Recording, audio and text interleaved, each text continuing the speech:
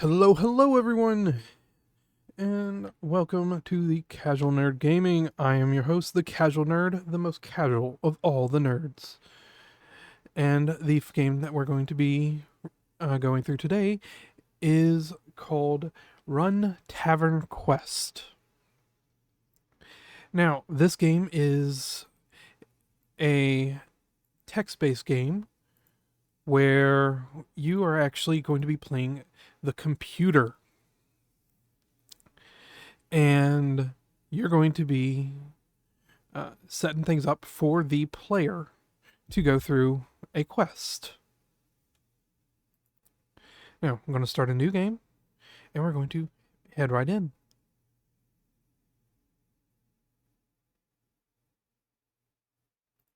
Wait. 1 second. Alright, I apologize about that. There was settings issue. So let's go ahead and start that game.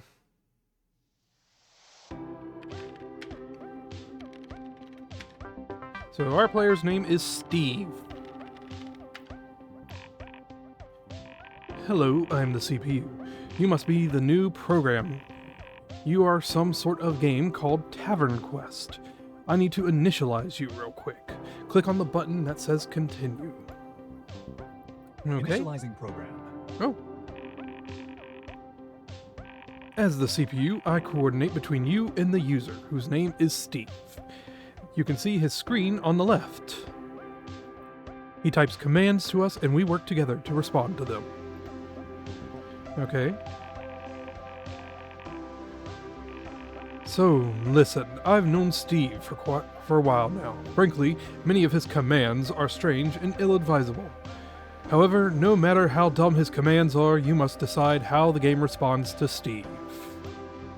Okay.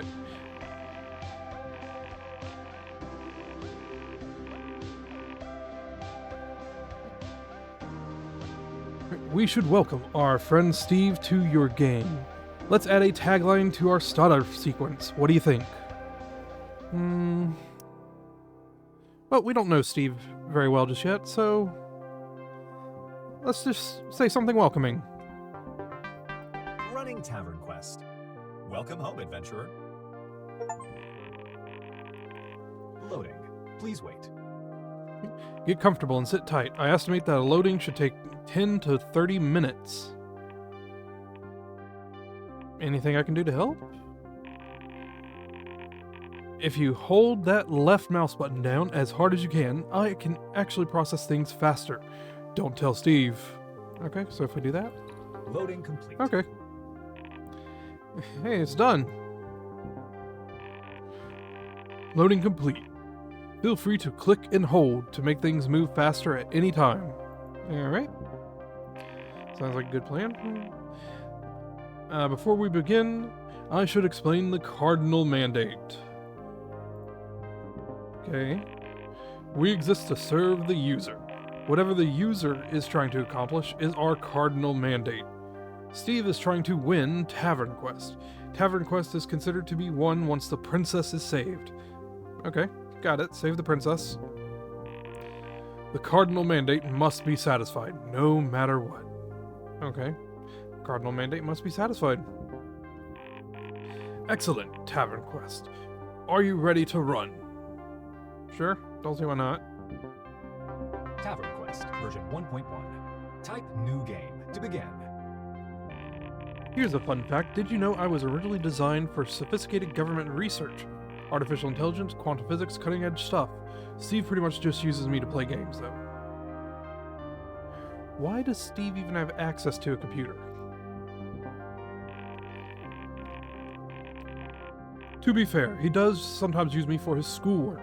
He's definitely failing algebra again. I honestly don't see how he'll graduate at this rate.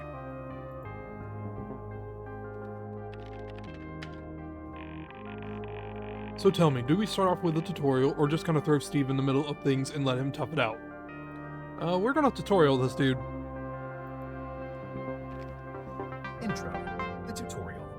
This interactive lesson will teach you the basics of playing Tavern Quest.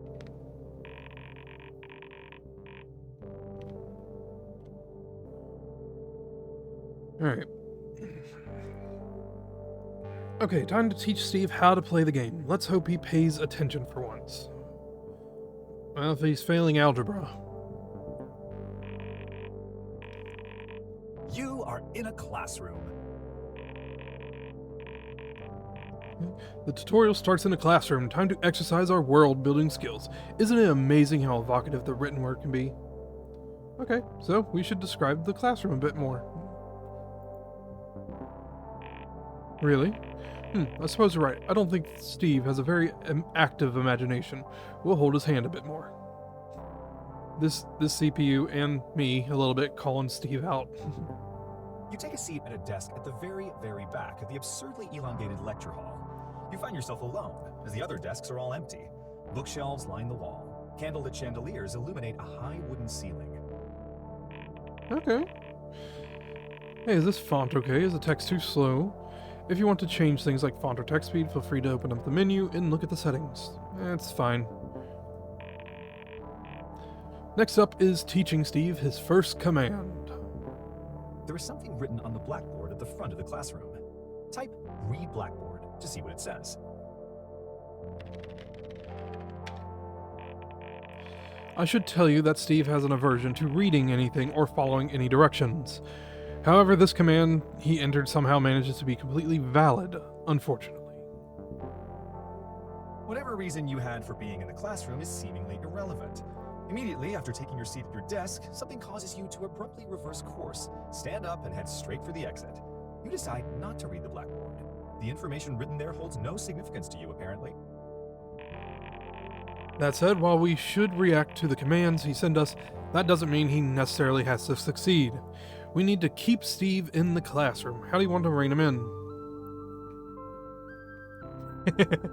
Instantly dies is the funny option.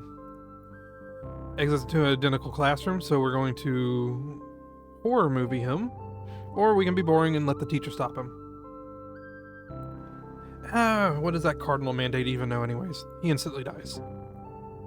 You leave the classroom, casually closing the door behind you while whistling a jaunty tune. This is the precise moment you remember that the classroom was your only refuge in a very dangerous world that is jam-packed with the most horrific monsters known to man. You are instantly eaten alive by a legion of eldritch horrors beyond your comprehension. Stay in school, kids.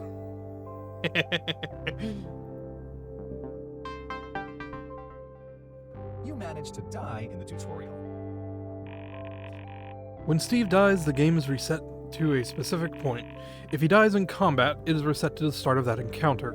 Otherwise, the game typically resets to the beginning of the current act. What's a nice congratulatory message? Better luck next time, or way to go, idiot. I think we're a snarky computer. That's way to go, idiot. Restart tutorial? Yes or no?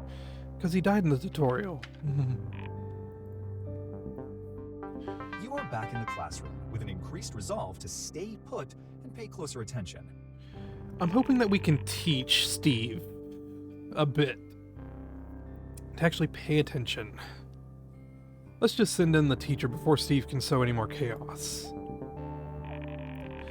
So our player Steve will interact with many NPCs or non-player characters throughout the game. This teacher is one such NPC. What kind of character should we make him? I know nothing wrong with doing a little bit of a stereotype. Gonna be a bearded old man, wise wizard. The teacher walks into the classroom and sets his things on his desk. He is as old as his beard is long and gray, though he maintains remarkable posture, and his purple scholarly robes are neat and well pressed. "Hello, dear player," he says. "I am Tutorial Terry, the teacher of all things Tavern Quest." What do you say we increase the tutorial Terry's sarcasm level all the way up to 1,000? Sorry, 100%. Now, I would prefer 1,000, but yeah, let's raise it to 100%. Or, no. Why isn't there the 50% option, man? A little bit of sarcasm never hurt anyone, but we don't want to be mean to Steve that much. So, let's keep it at 0. We will now go over the list of commands that you will need throughout your quest, says Tutorial Terry. I noticed you already tried the leave command for some reason, so you've got that one down. One important command is to talk with characters you encounter. Why don't you try Talk Tutorial Terry?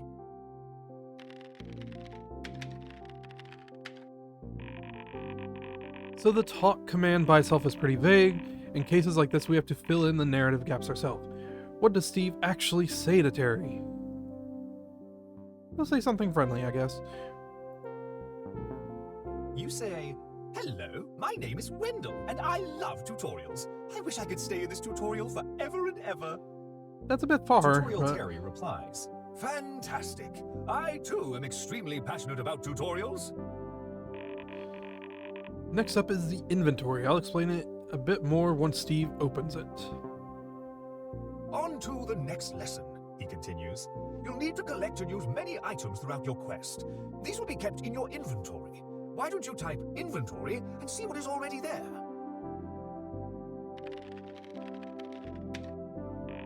Alright, he's throwing us instantly into a combat encounter. We haven't decided if Steve is carrying any kind of weapon yet. No, he doesn't get a weapon. This is the tutorial area. He's in a classroom. You hold up your fists and begin circling around Tutorial Terry. You don't understand. I need to stay in this beautiful tutorial forever and ever, and I refuse to progress any further. Remember that for any combat encounter, you aren't in control of Steve, you control the enemy he's fighting. Your goal is for Steve to win and for you to lose. Try to avoid moves that cause Steve to take a lot of damage or we'll be here all day. Combat. Type help combat for list of battle commands. But we gotta teach Steve a little bit of a lesson, You so... swing your arms and eagerly lunge at Tutorial Terry.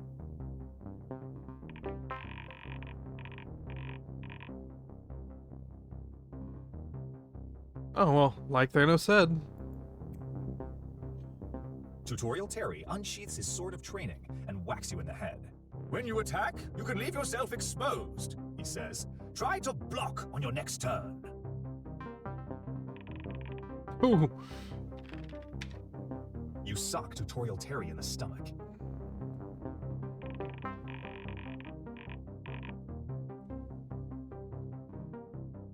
Okay, no. Super Death Punch. We gotta make sure there are that... dozens of different combat moves to try, says Tutorial Terry, but you can always surrender if things start to look dire. He winds up and delivers a super death punch to your face.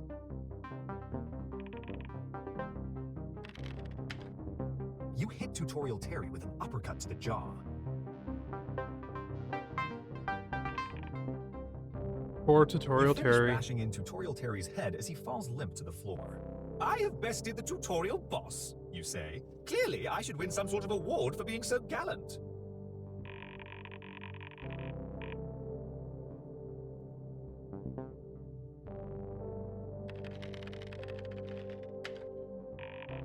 Now, Steve's being a little rude. And I agree with the computer. I don't know what the... CPR on this poor fellow? You wonder aloud. You instead start rifling through Tutorial Terry's pockets. Let's check if he's wealthy first. I wouldn't want to waste my time. Sometimes you can choose multiple options at once. Decide which of these items, if any, Steve takes from Tutorial Terry. Alright. He gets pocket lint. And that's it. You don't just attack the people randomly. We're trying to make him a little bit more peaceful. Oh no, he's a murder hobo, isn't he?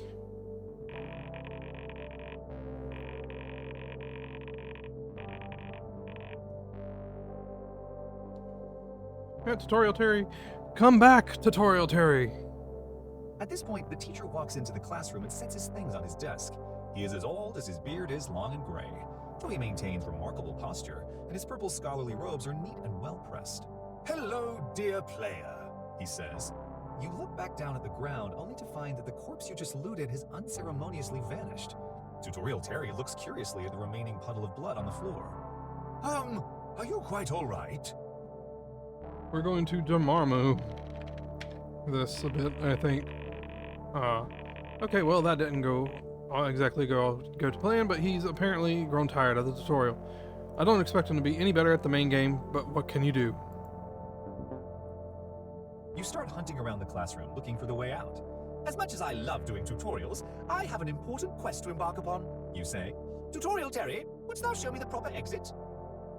As you wish. On to your main quest, says Tutorial Terry.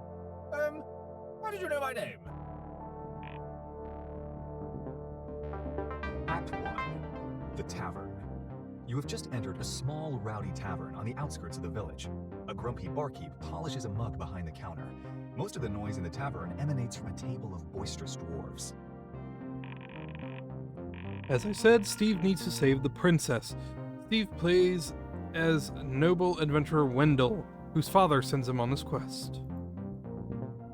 You recall that you've been meaning to read an important note from your father in your inventory. Steve must find his way to Fantasy Mountain, slay the dragon, and rescue the princess from her tower. Then they ride off into the sunset together, and the cardinal mandate will be satisfied. And maybe, just maybe, Steve will have done something worthwhile for once. Daggum, CPU. You are roasting him. Really? Win game? Come on, Steve, you're embarrassing me. Steve spends many hours playing games. He always likes to try to take shortcuts. Don't tell me this is somehow valid. This is a legitimate way to win Tavern Quest? No. Steve can't win just by saying so.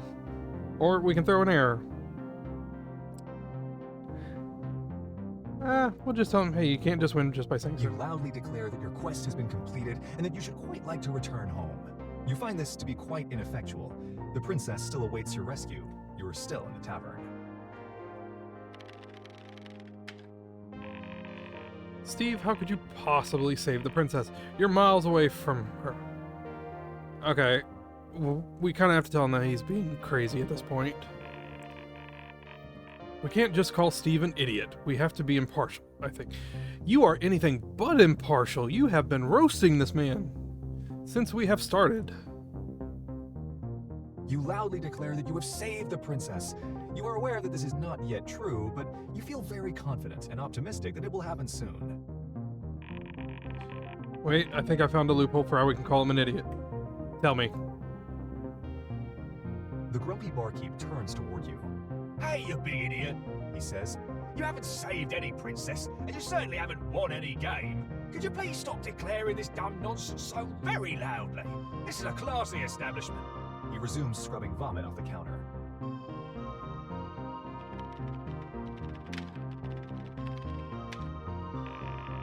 I haven't the faintest clue what Steve is trying to accomplish with this command. Steve wants to commit arson, Steve wants to learn about the history of feudalism, or just throw an error. Well, he wants to commit arson, so we gotta tell the CPU that he's trying to do that. Disgusted with the tavern's uncultivated milieu, you contemplate setting all this filth ablaze. Unfortunately, you seem to have left your matchbook and gasoline at home.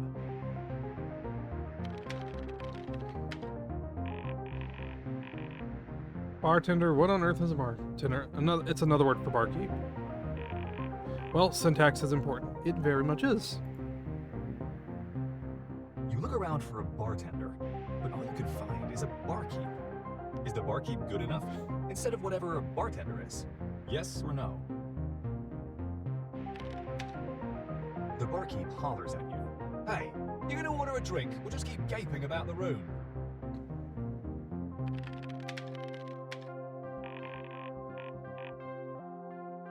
How's the drink menu at this tavern? This is a classy establishment. We've already established that. This is classy. All right, old top. What's your poison? Says the barkeep. We got ale, mead, grog, wine, and club soda. Club soda? The barkeep chuckles. We really only serve one drink. The others are just false choices to make you feel more empowered. He slides a mug of ale to you across the counter. It costs you 2 gold. Okay, that's funny. Does Steve even have 2 gold? I don't think he's bothered to check his inventory yet. Well, he already said he spent 2 gold. How much gold should Steve have remaining? Oh, I'm not giving him 1,000 gold. Oh, he has 1 gold remaining. Okay, now that we have at least have that settled, if he ever manages to open is inventory. You throw the contents of the mug of ale down your throat and wipe the foam off your mouth. The barkeep immediately snatches your empty mug and compulsively begins polishing it. Looks like the barkeep has a quest to offer. Say, you look like the adventuring type, Says the barkeep. how about you clear out those dratted rats in my basement? I'll reward your efforts, of course. Accept quest from barkeep? Clear basement of rats? Yes or no?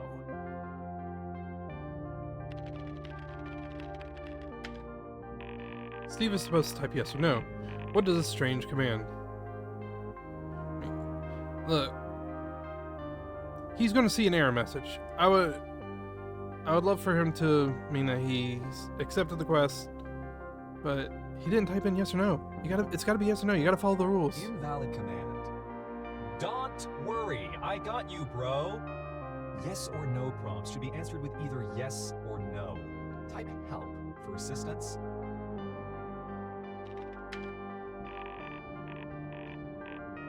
What does the barkeep say? Good luck, please hurry, or nothing? Huh. He's gonna say good luck. Good luck, fair adventurer. Says the barkeep. May the gods ever be with you. Was he being sarcastic? If I have a choice, yes. You throw open the basement door and walk down a narrow, creaky stairway to the basement. The basement contains rats, some barrels, and a cabinet.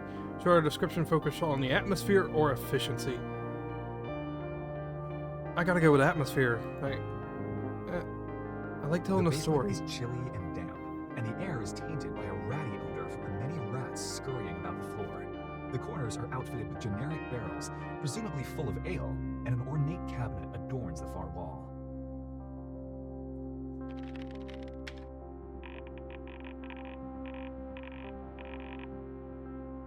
You know what?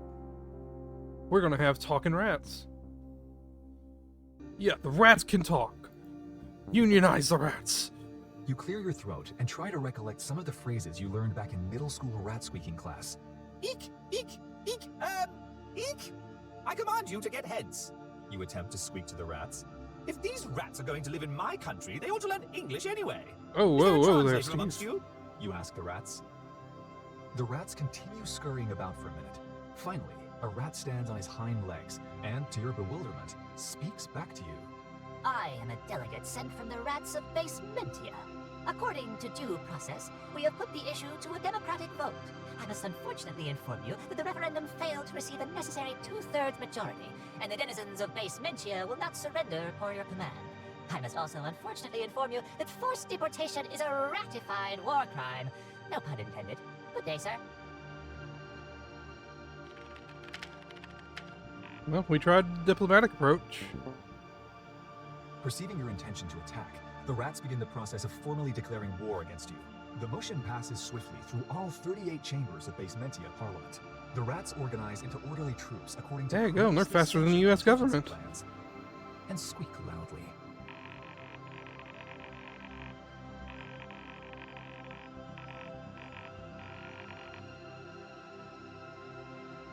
Does Steve have a weapon of some sort? We haven't decided that yet, because somehow he still hasn't managed to check his inventory. Not that it's important to hear this super easy rat battle, but which weapon does he start with? He still hasn't checked the inventory, so I'm not going to just give him something.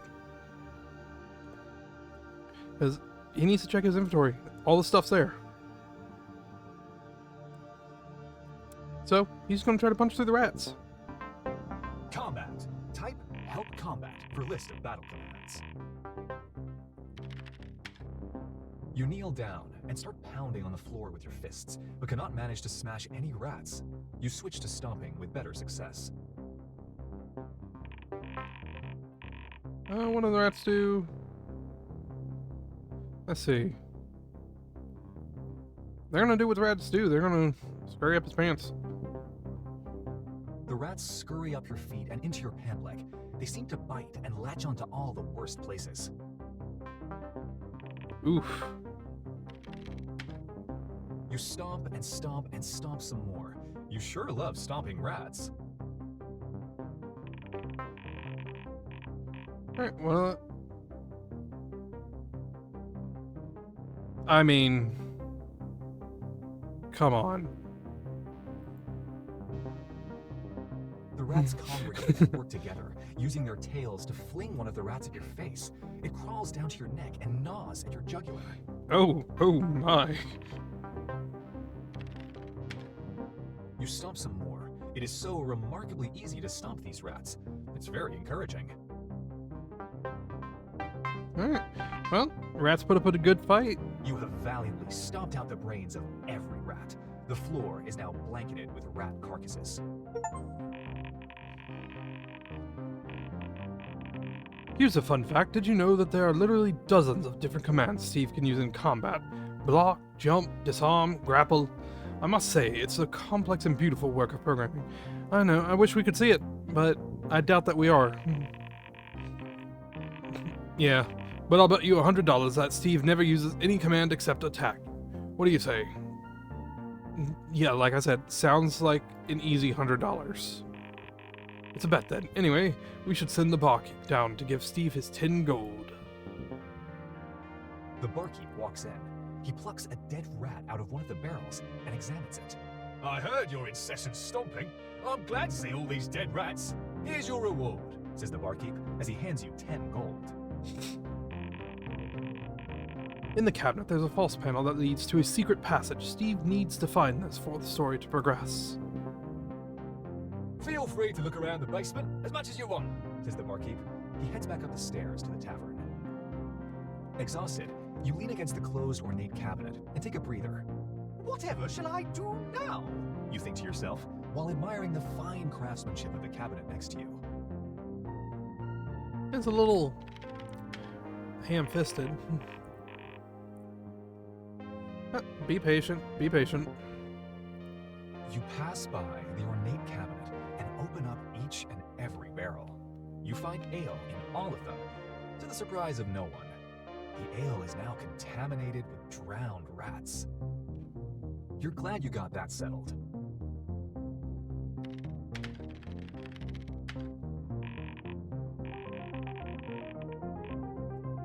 You're killing me, Steve. Maybe we can corral him back to the secret passage in the basement later. Okay. You ditch this grody basement.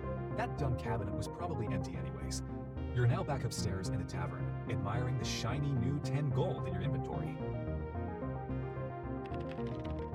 He opened the inventory! Huzzah! So far, we've decided that Steve had 1 gold plus the 10 gold from the barkeep, and no weapon. Which of these other items has Steve stocked with in his inventory? Select some or all. You know what? We're going to reward him a bit, so he's going to have a note from his father and a question. Ring of Peasant ignoring. No. No, let's just give him those. You're carrying note from father, quest journal, an amount of gold. Invalid command, red note. Type help for assistance.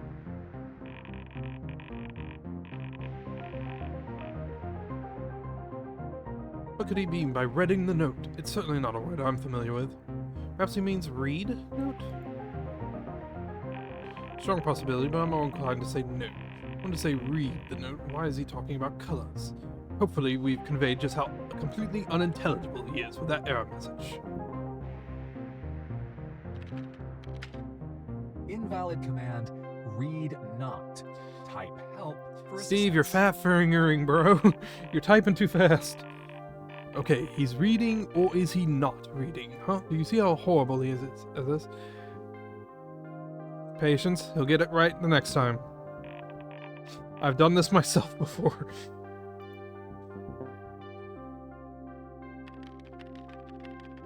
There we go. It's Invalid just... command, read note. Type help for assistance.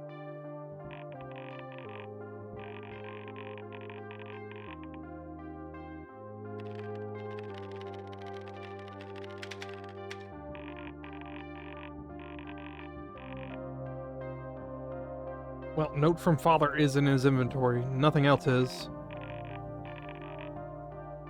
You know, I'm actually mad at you for this one. Tell him to read the note. Let him read the note from father.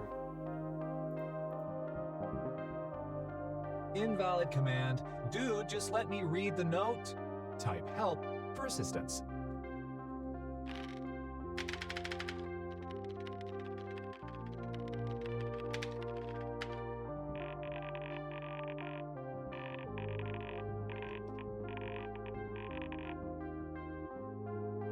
Okay, this is a little mean, but...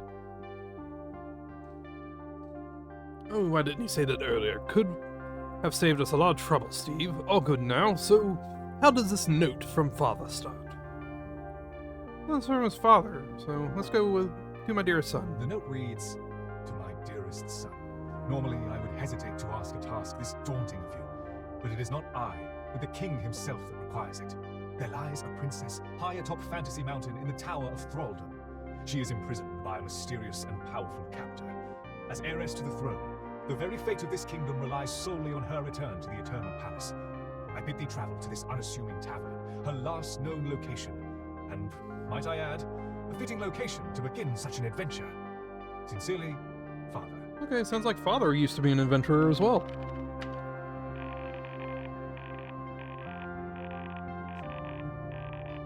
Why do you think Steve is looking around the tavern?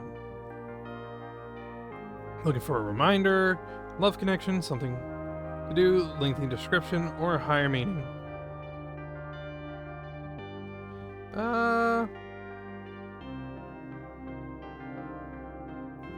I'm leaning towards either reminder or something to do.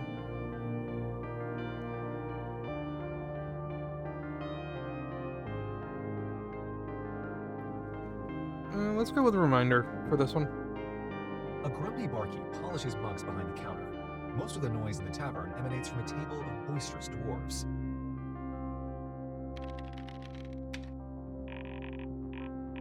What are those dwarves up to? Gambling or brawling? Let's go gambling!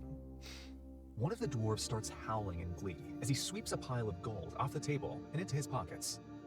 Well, I tell you boys, no dwarf can best me in a game of knucklebones.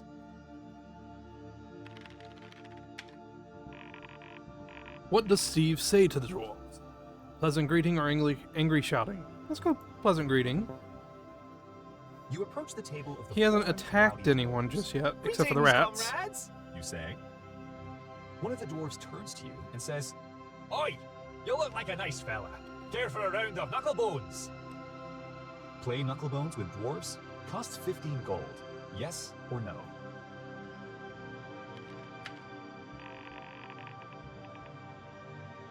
Maybe we should have given Steve some more gold.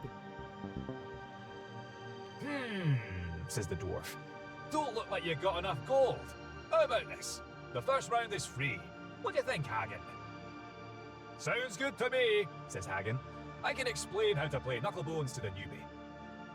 Actually, says Hagen, you see, the name of knucklebones is a wee bit of a misnomer. We just play with regular old dice nowadays. Whoever rolls the highest wins, says Hagen. He hands you a die, and all of the dwarves place 15 gold on the table. Ready, boys? 1, 2, 3, roll! All of the dwarves roll their dice. You probably should too.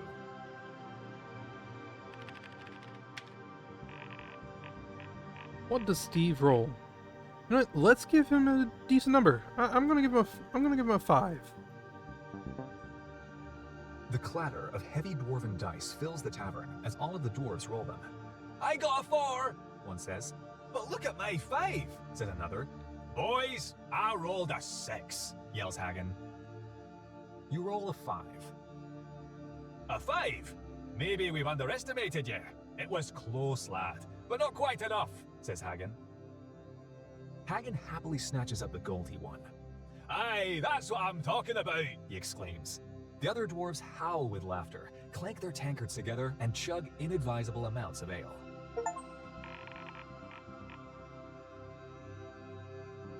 Should we let Steve play again? Yeah, you know what? Yeah, let's let him play again. Hey, what'd you say? Hagen inquires. Another round? The other dwarves happily agree. Play knucklebones with dwarves? Yes or no? Ready, boys? 1, 2, 3, roll! What does Steve roll? You know what? We're gonna give him a 6 this time. Let's see what he does with winning. The dwarves all roll their dice. The dwarven dice seem to be as loud as the dwarves themselves. Look, we both got 5s, Says two of the dwarves. I can't believe it. Another 6! Shouts Hagen. You roll a 6. Huh? Says Hagen. I also got a 6 myself. What are we supposed to do for a tie again? How do dwarves settle tie games? Oh, it's gotta be a singing competition. Are we gonna get Diggy Diggy Hole? Why, if I recall, says a fellow dwarf, the two of you hold a singing competition. No, you blundering drunkard, says Hagen. If I recall, ties are resolved the same way dwarves resolve any dispute. An arm wrestling match. Ah, boo, Hagen, boo. Arm wrestle with Hagen. Difficulty? Futile. Yes or no? You soberly explain to Hagen that such physical contests are against your moral code. Hagen rolls his eyes. Ah, you big baby. I bet you like us to have a nappy wetting contest instead. Come on, I'll even go easy on you. Arm wrestle with Hagen. Difficulty? Futile. Yes or no? Okay. Now Hagen's You just being again rude. attempt to persuade Hagen that your refusal is one of asceticism and not one of cowardice. Look, pal, I don't know what you're on about, but I'm telling you, that if you refuse one more darn time, I'm keeping this gold for myself. Arm wrestle with Hagen? Do it, you weenie. Yes or no? You take a big gulp and lock hands with the meaty grip of terrifying Hagen. Is Steve any good at arm wrestling? Strong as they come or against the dwarf? Of course not. I'm gonna say he was... You know, I don't know. I don't think he'll win against the dwarf. No. Almost immediately, you feel like your biceps shatter as Hagen throws your entire upper body flat on the table. Ha! Chortles Hagen. And I was going easy. Amid the ensuing round of chest bumps between the dwarves, you sulk away from the table with the shambles of what remains of your masculinity in tow. Why, you think to yourself, why did I arm wrestle a dwarf?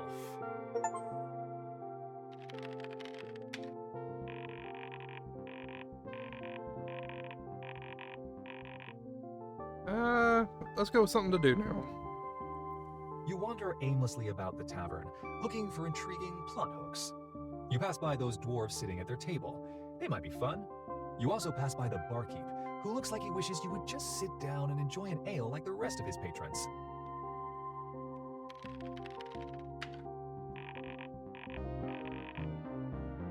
What is the barkeep doing? Pouring drinks or chatting with an attractive barmaid? Let's introduce another person.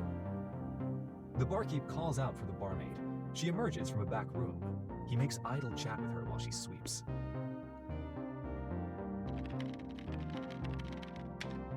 Okay, You now Steve. demand, how hot is the barmaid? Type help for assistance.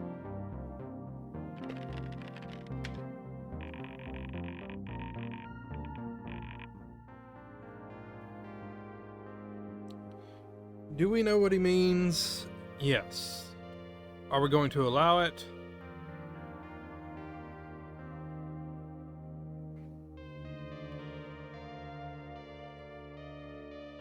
I wonder how far to go. I'm just going to say he wants a friendly chat.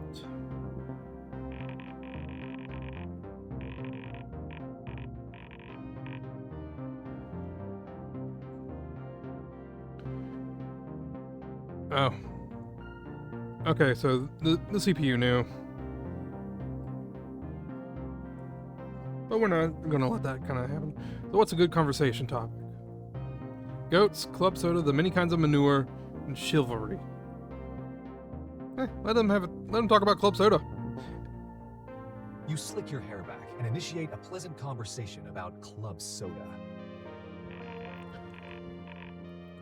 How How does the barmaid react? With enthusiasm, with screaming? I guess with enthusiasm, she's a barmaid. Why, I simply love club soda, says the fair barmaid. Wow, we just met, but we clearly have much in common, she says, swooning. What is Okay, your swooning's name, a bit handsome much. traveler?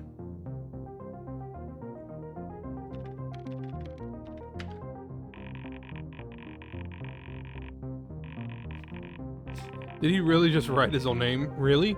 As if this noble protagonist from my fantasy world was named Steve with a question mark. The main character is supposed to be named Wendell.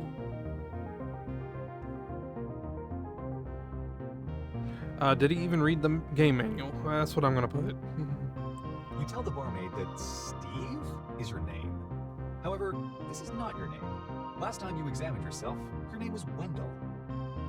Well, Steve, pleasure to meet you, says the barmaid.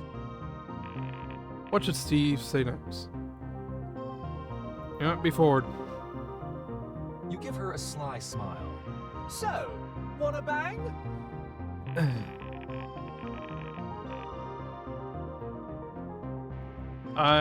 No, it's not a friendly chat anymore. Okay, she says.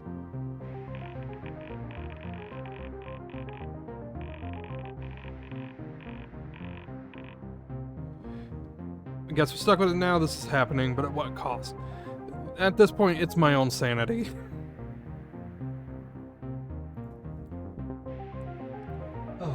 Sleep with barmaid?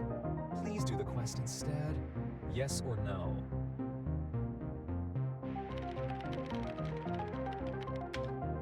Invalid command. If I get the chance, Steve I'm vowed going to get mess this up for away. him. Type help for assistance.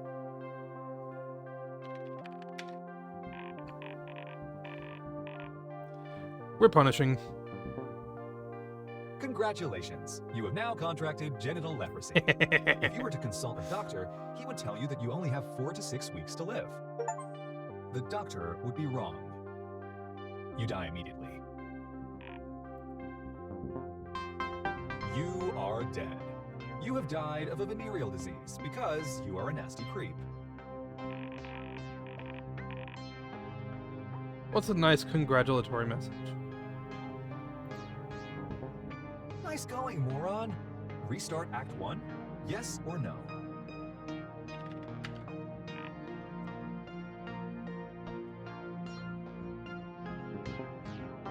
Act 1. The Tavern. You have just entered a small, rowdy tavern on the outskirts of the village. A grumpy barkeep polishes a mug behind the counter. Most of the noise in the tavern emanates from a table of Well, boisterous there's dwarves. his first death. Recall that you've been meaning to read an important note from your At least as father far in as the the inventory. actual main game goes.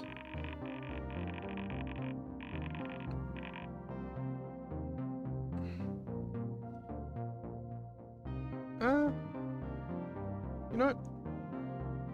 Let's go the straight route. Suddenly, and without warning, a trapdoor opens beneath your feet and you tumble down. The wincing barkeep peers in from above. Sorry about that, Says the barkeep. this old barrel hatch needs a good re-hinging. Hey, while you're down in the basement, why don't you have a good look around? Don't want to miss anything? You are in the basement. It looks like it has a rat infestation. Maybe the barkeep would pay you to handle it. Alright, he's back in the basement. So how should we entice Steve to examine the cabinet so that he can finally find the secret passage? Let's go to the mysterious glow. You notice that a mysterious, luminescent aura begins to radiate through the cracks around the closed cabinet door.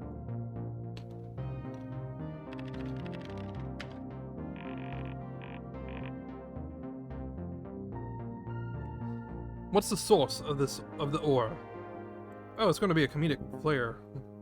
You open up the ornate cabinet to investigate the source of the aura. Huh. It looks like someone just left the lights on. You turn them off.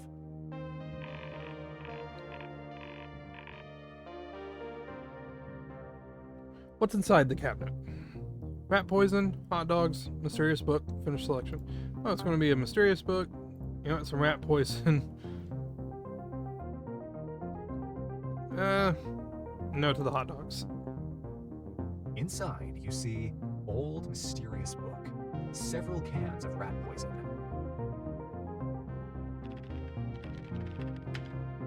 The barkeep must have forgotten about all this rat poison in his cabinet, or else he probably would have handled the rats himself. You can't fault him.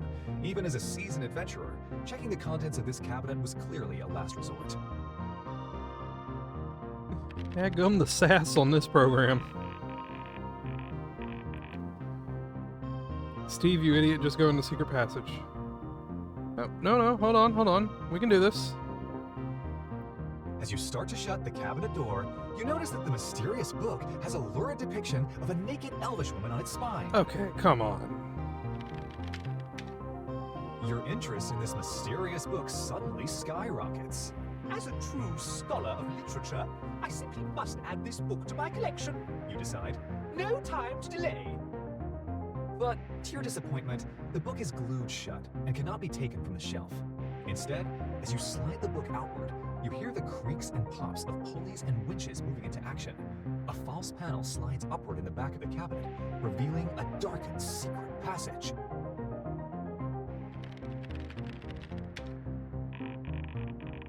Finally, this marks the end of Act 1. Now we have an important decision.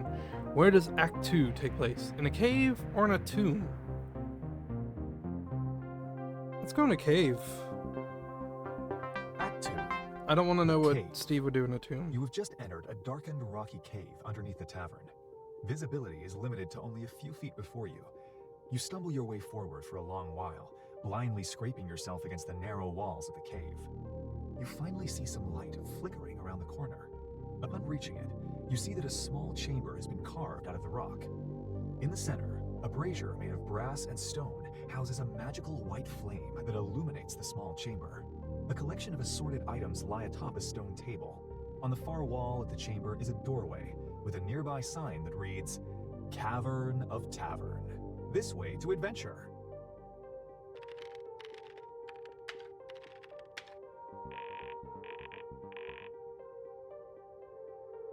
What is a brazier?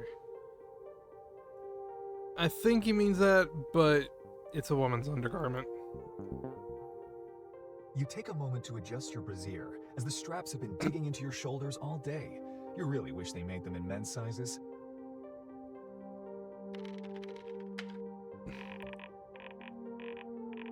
What items are on the table? A torch, unlit.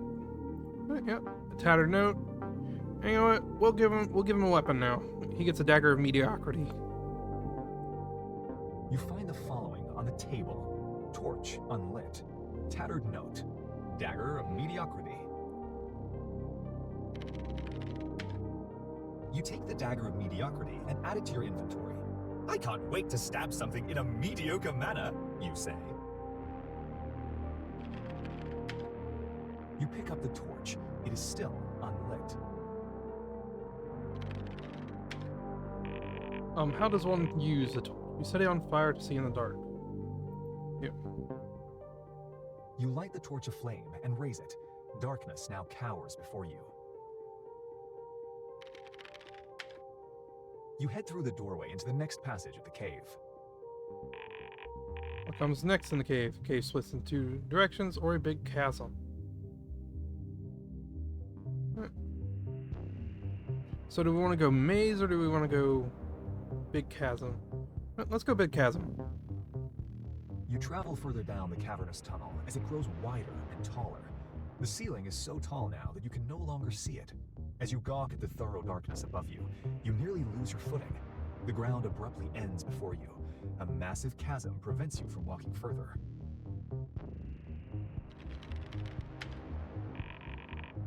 Is there any obvious way to cross the chasm? Yeah, there's going to be one. You peer over the ridge of the chasm. There's no telling how deep its gloomy depths extend. To the side, along the cavern wall, you spy a very, very slim ledge connecting both sides of the chasm.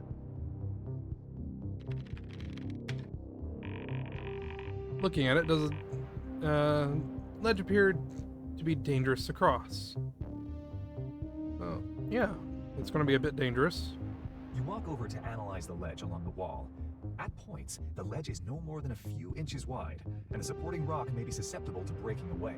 It's risky, but may nonetheless suffice.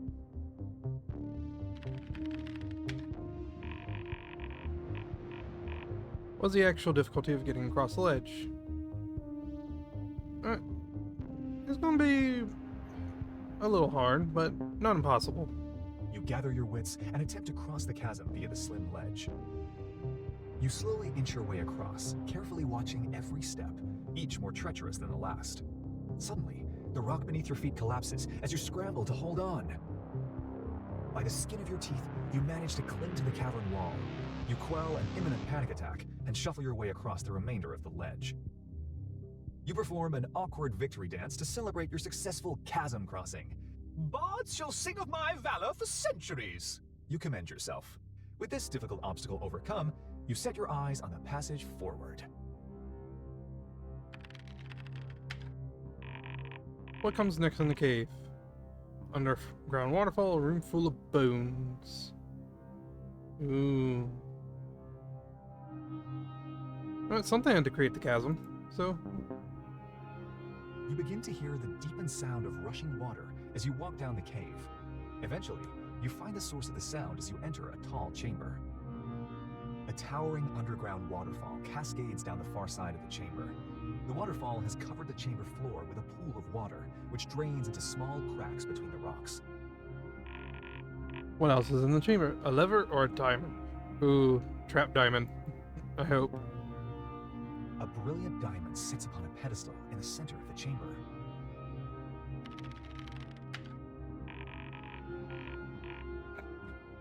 Big mistake.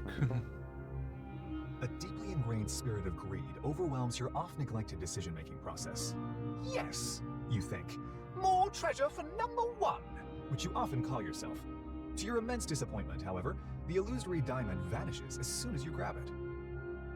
A large, booming voice echoes throughout the chamber, Fool! You have failed the test of avarice. says the voice. You shall become my eternal slave as penitence. An iron cage arises from the water and locks around you.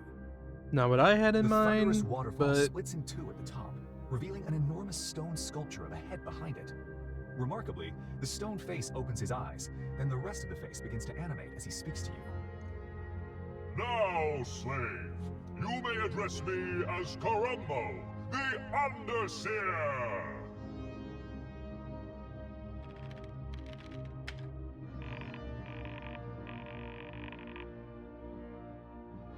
so what happens now? Steve's got to complete a challenge. I'm not gonna make him do the whole title thing. I may just spare you yet, slave. Says Karumbo the Underseer. I may just set you free. If you want to be worthy of my benevolence, you must first best me in a challenge. The iron cage imprisoning you recedes back into the water, and a small circular stone platform rises in the center of the chamber.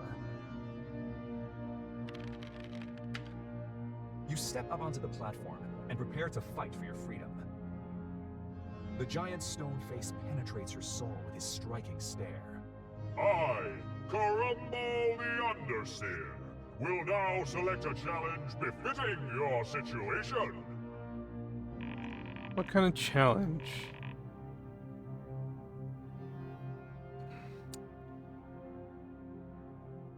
Let's go with the challenge of wits. I mean, Shoots and Ladders is funny, but let's go with the challenge of wits. You must contend in a challenge of wits. Says Karumbo the Underseer. Accept challenge from Karumbo the Underseer. Challenge of wits. Yes or no? How will Steve and Karumbo the Underseer battle in wit? Oh, it's gonna be a tricky riddle. Gotta be a riddle. The challenge will commence now. States Karumbo the Underseer. Answer me this perplexing riddle. Let's craft a really great riddle for Steve. How is a raven, ogre, a princess like a writing desk, a goat, or a pint of ale?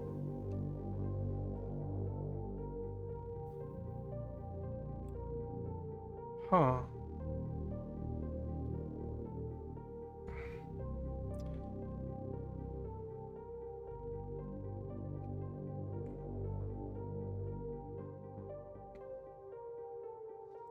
So let's say, How is a raven like a pint of ale? Yeah. How is a raven like a pint of ale? How much time does Steve have to answer? We're gonna give him 60 seconds. Karumbo the Underseer furrows his stony brow. You have 60 seconds to produce your answer. I ain't gonna be rude and only give him 2 seconds. You deliberate for a long while before coming to a brilliant epiphany. I dunno! You shout with supreme confidence. No, he didn't. You fool! Booms Karumbo the Underseer. Your answer is as pitiful as your own mortal state. I have never heard an answer so hilariously far from accuracy.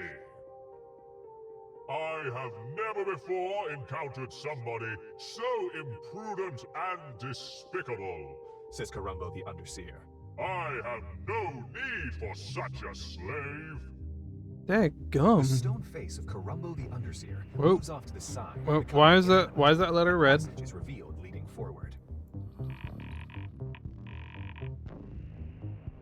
Ouch, did you just poke something? No. What's up with that random red letter?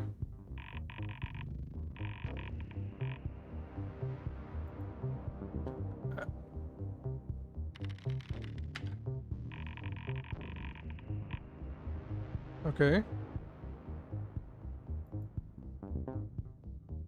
You walk into a massive chamber. Slender stone columns along the side support an arched ceiling many stories above you, intricately painted with strange emblems. A glowing fountain in the center illuminates the entire chamber. A red and purple carpet runs directly to a large wooden door on the far wall. The door is engraved with symbols similar to the intricate ones on the ceiling.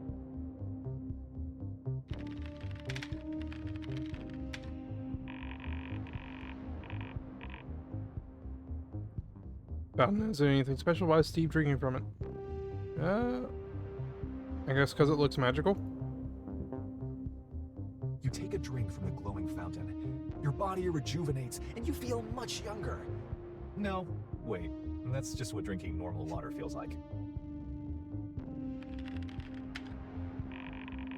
Behind this door is the end of Act 2. You take a closer look at the unusual and mysterious door. Its engravings are in a language you do not recognize. It does not appear to be locked. You open up the door. You are immediately blinded by the intense light behind it. As your eyes adjust, you see multicolored clouds swirling inside. The door contains some sort of magical portal. Go inside the magic portal? Yes or no?